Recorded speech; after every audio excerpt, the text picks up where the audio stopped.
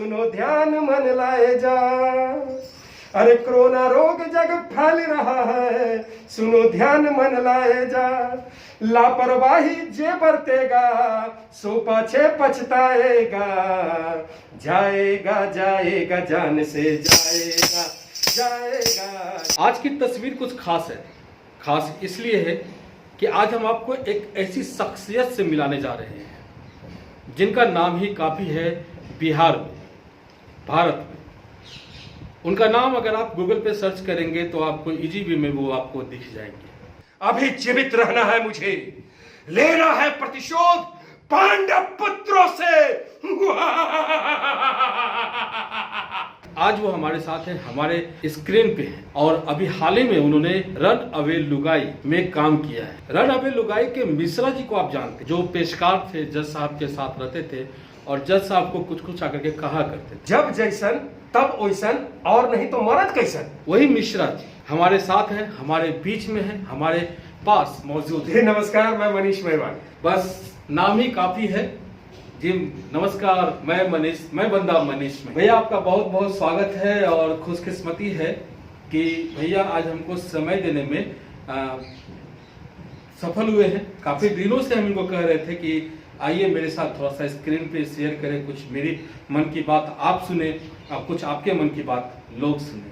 और आज भैया इस लॉकडाउन में अभी जो पेंडेमिक चल रहा है उसमें समय देने में सफल हुए हैं। और हम लोग पास में हैं, सोशल डिस्टेंसिंग का पालन इसलिए नहीं कर रहे हैं क्योंकि हम लोग अभी हम करवा चुके हैं सब कुछ चेक वगैरह, इसलिए टेंशन मत लीजिएगा। मैंने तो वैक्सीन भी ले लिया, भैया ने भी ले लिया। मैंने भी ले लिया, दूसरा डोज मेरा आजकल में वो भी हम ले लेंगे। तो उसके लिए आप परेशान मत होइएगा, हम लोग अभी सुरक्षित हैं और ये पूरा सैनिटाइज किया हुआ जगह है जहाँ पे हम लोग हैं। ये हमारा लोकपंच कार्यालय है। भैया एक लोकपंच के नाम से संस्था चलाते हैं।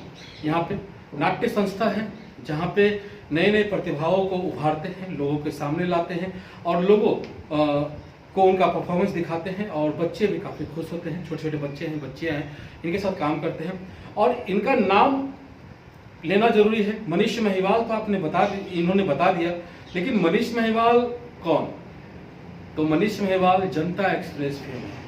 पिछले 20-22 सालों से ईटीवी पे ये जनता एक्सप्रेस कार्यक्रम कर रहे हैं और आपको यकीन नहीं होगा कि ये शायद पहला ऐसा नॉन फिक्शन शो होगा पूरे इंडिया में कर ले या पूरे पूरे दुनिया में सबसे लंबा चल नॉन फिक्शन शो होगा जो शुरू होने के साथ चलता ही रहा और लगभग 20-22 सालों का सफर तय किया। अभी कुछ दिनों से वो फिलहाल आप लोगों के सामने नहीं आ रहा होगा प्रोग्राम, क्योंकि कंपनी अपना पॉलिसी चेंज करते रहते हैं। ऐसे WHO का जो है ना कि इंटरटेनमेंट के लिए आप पब्लिक के बीच में नहीं जा सकते हैं। हाँ, तो जब तक ये WHO का ये जो गाइडलाइन है जब तक चलता रहेगा तब तक मनोरंजन के लिए पब्लिक के बीच में चैनल की तरफ से जाना मना है, जिसके कारण रुका हुआ है। और एक चीज आप बताए थे कि लोकपंच के नाम से ये नाट्य संस्था चलाते हैं। आप पटना में कालिदास रंगालय आएंगे तो इनसे मुलाकात हो जाएगी। किसी से भी पूछेंगे पटना में मनीष महिवाल के बारे में, मतलब कि जो इनके संपर्क में, तो वो आपको बता देंगे। साथ ही ये देसी पत्रकार के नाम से एक यूट्यूब चैनल चलाते हैं, मनीष महिवाल के नाम से यूट्यूब चैनल चलाते हैं। मनीष महिवाल के नाम से फेसबुक पेज भी चलाते हैं। यूट्यूब पे तो कोई खास इनकी पहचान अभी नहीं बनी है, डालते हैं कंटेंट लेकिन उतना नहीं। लेकिन फेसबुक पे ये अभी 1 लाख इनका जो लाइक है, पेज लाइक, वो होने वाला है, कुछ दिनों में हो जाएगा। काफी रिच है उस पे। तो नए नए कंटेंट ये डालते हैं। प्रैंक के लिए वैसे मशहूर है। हम लोग पहला शो किए थे बेगूसराय में प्रैंक का, याद है ना मनीष भैया? और वो पहला प्रैंक था बिहार में। आप समझ सकते हैं कि बेगूसराय जैसे इलाके में प्रैंक करना कितना मुश्किल रहा होगा। उस समय भैया को यहाँ पे चोट भी लगा था करकट से और थोड़ा सा माहौल वहाँ पे गर्म हो गया था, लेकिन बाद में सब कुछ ठीक हो गया। तो प्रैंक हम लोग शुरू किए थे और ये कहानी सुनाने की पीछे की वजह क्यों है वो जब हम आगे बताएंगे तो आपको पता चल जाएगा। दूसरा, ये क्योंकि मनीष भैया शुरू से रिस्क लेने में और एडवेंचरस लाइफ जीने में विश्वास करते हैं। कोई भी चीज हो तुरंत कर देंगे चुटकी में, चाहे कोई भी परेशानी, कोई आकर के इनके सामने कोई अंग्रेजी में पाए पाए कर दे तो ये अंग्रेजी में उसको जवाब दे देंगे। मतलब हर चीज से जो टैलेंटेड बंदा है वो आपके सामने है मनीष महिवाल। एक बार क्या हुआ था, हम लोग शूट कर रहे थे अगमकुआं में ट्रेन क्रॉसिंग कर रही थी और वहाँ पे था कि एक मोन्टाज शूट कर रहे थे हम लोग, जिस चैनल में थे ये। तो मोन्टाज शूट करने के समय में क्या कि रेलवे लाइन के बीच में ट्रेन आ रही है, रेलवे लाइन के बीच में ये है, और वहाँ से वो जंप करके, जैसे ट्रेन क्रॉस करके जंप करके वो डायलॉग बोलेंगे। इतना रिस्क, हमारा तो हार्ट बीट, क्योंकि हम दिल से जुड़े हुए भैया से, तो हमारा हार्ट बीट जो है एकदम ये पंप कर रहा था इस तरह से। उस समय हम काफ़ी छोटे थे, लेकिन करना था तो करना था, रिस्क लेकर के इन्होंने परफॉर्म तो कर दिया, वन टेक ओके भी हो गया, डायरेक्टर ने शाबाशी भी दे दी, लेकिन मेरा धड़कन बढ़ा हुआ था काफी देर तक। इनको बाद में हमने क्लास भी लिया कि भैया आपको, कैमरामैन भी बहुत टेंशन में आ गए थे। ठीक, कैमरामैन टेंशन में आ गया, जिनको शूट करना था, कि भैया मोटे से, क्या नाम था भैया उनका, मनोज भैया, वो काफी अच्छे कैमरामैन थे उस चैनल के। नाम नहीं ले रहा हूँ क्योंकि अभी थोड़ा सा कुछ चेंज हुआ है, तो हम नाम नहीं ले रहे हैं, जिस चैनल में थे ये। खैर, तो इस तरह का एडवेंचरस लाइफ जीने में ये काफ़ी है। और इनका जो वीडियो आएगा, आप जो यूट्यूब चैनल पे देखेंगे और या फिर फेसबुक पेज पे देखेंगे या फिर यूट्यूब पे, इनका 2 चैनल है, दोनों पे देखेंगे, तो उसकी झलक आपको, रिस्क लेना, एडवेंचरस रहना मूड में, एडवेंचरस मूड में रहना, वो आपको दिखेगा। देसी पत्रकार इन्होंने चैनल का नाम रखा है, जमीन से जुड़े हुए हैं, वैशाली जिले के रहने वाले हैं ये, और पटना में भी अपना आशियाना इनका अपना है।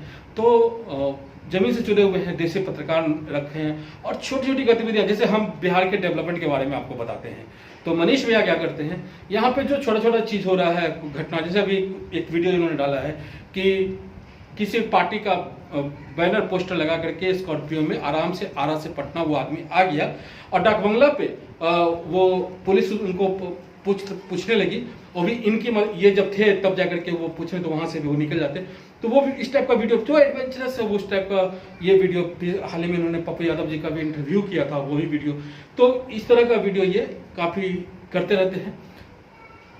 रंगमंच से जुड़े हुए हैं, कौन से स्कूल से पढ़े भैया? सेंट कैरेंस के स्टूडेंट रह चुके हैं, और इनकी एजुकेशन काफ़ी अच्छा रहा है।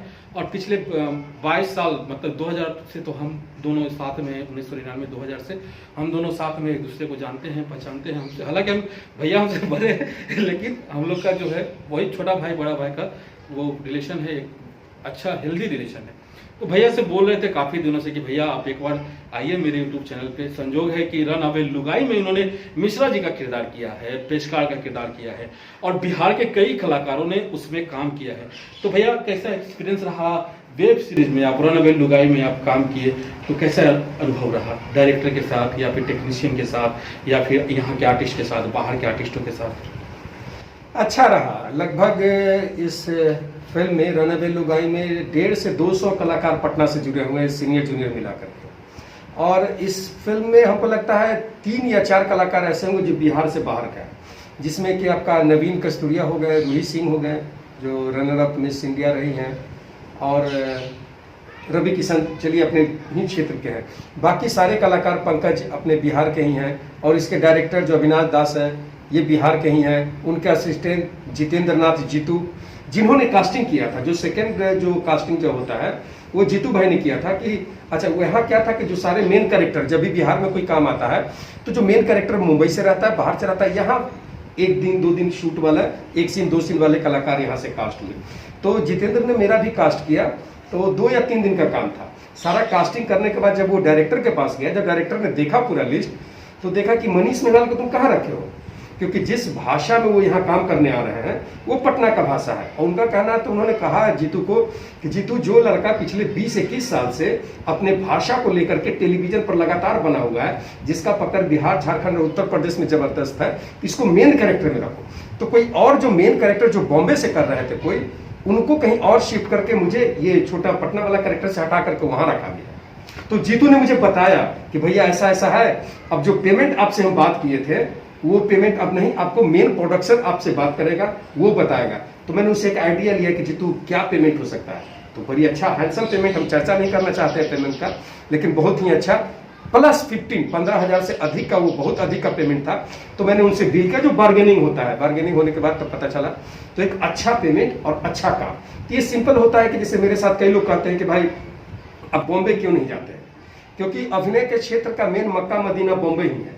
अब मेरे साथ है कि जब हमारा जनता एक्सप्रेस शुरू हो गया था, मेरा हल्फा मचा के गई, वायरल हो चुका था।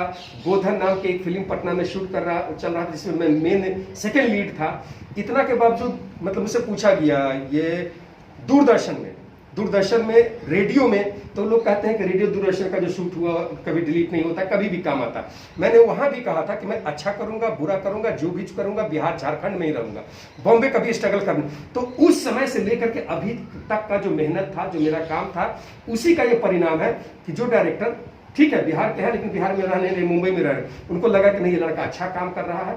और वो काम जो पिछले 15 साल का, उसका ये परिणाम है कि एक इंपॉर्टेंट कैरेक्टर में मुझे कास्ट किया गया। मैं नए लड़कों को हमेशा ही कहता हूं कि अगर आपको बॉम्बे जाना है तो प्रॉपर यहाँ होमवर्क कीजिए, मेहनत कीजिए, सीखिए अभिनय क्या होता है या जो कर, तब बॉम्बे जाइए। कई लोग होते हैं कि बॉम्बे के नाम पर बिना तैयार हुए, बिना होमवर्क किए हुए बॉम्बे चले जाते हैं, और वहां जाने के बाद जो होता है वो हम लोग कई बार सुनते हैं, पढ़ते हैं। तो यहाँ होमवर्क कीजिए, तैयारी कीजिए, सीनियर से मिलकर के नाटक कीजिए, अगर अभिनय के क्षेत्र में है तब बॉम्बे जाइए। सही है। और भैया से जैसे अभी हम एक सवाल मेरे मन में आया है और पहले से भी था कि जो पटना बेस्ड आर्टिस्ट है, मुंबई में है, उनका पेमेंट, उनका जो कास्टिंग होता है वो थोड़ा अलग होता है। जो पटना के आर्टिस्ट है और पटना बेस्ड है, पटना में ही रहते हैं, उनका जो है, जैसे इन्होंने बताया कि पहले मेरा पेमेंट स्ट्रक्चर कुछ और था, लेकिन जैसे उस तरह के रोल में कास्टिंग किया गया तो पेमेंट स्ट्रक्चर अप हो गया। बहुत तो भैया ये भेदभाव क्यों होता है? क्योंकि ये दुखता है, क्योंकि हम भी आर्टिस्ट हैं और हम भी जुड़े रहे हैं, तो दुखता है कि मतलब कि इस तरह का भेदभाव क्यों होता है। और भी कई मनोरंजक बातें करेंगे। अभी वीडियो काफ़ी लंबा हो गया है, इसलिए हम इस वीडियो को यहीं पे रोक रहे हैं। अगला वीडियो 1 घंटे में हम फिर अपलोड करेंगे और आपको दिखाएंगे कि क्या बोलते हैं मनीष भैया इन सवालों के जवाब में, और उनके अनुभव को भी हम शेयर करेंगे। और भी कई रोचक बातें होंगी हम दोनों के बीच। तो उम्मीद है आपको अगले वीडियो का इंतजार रहेगा। इस वीडियो में इतना ही। फिर मिलेंगे किसी और नए अपडेट के साथ। तब तक इंद्रसेन का और मनीष महिवाल का प्यार नमस्कार। जय भारत, जय बिहार।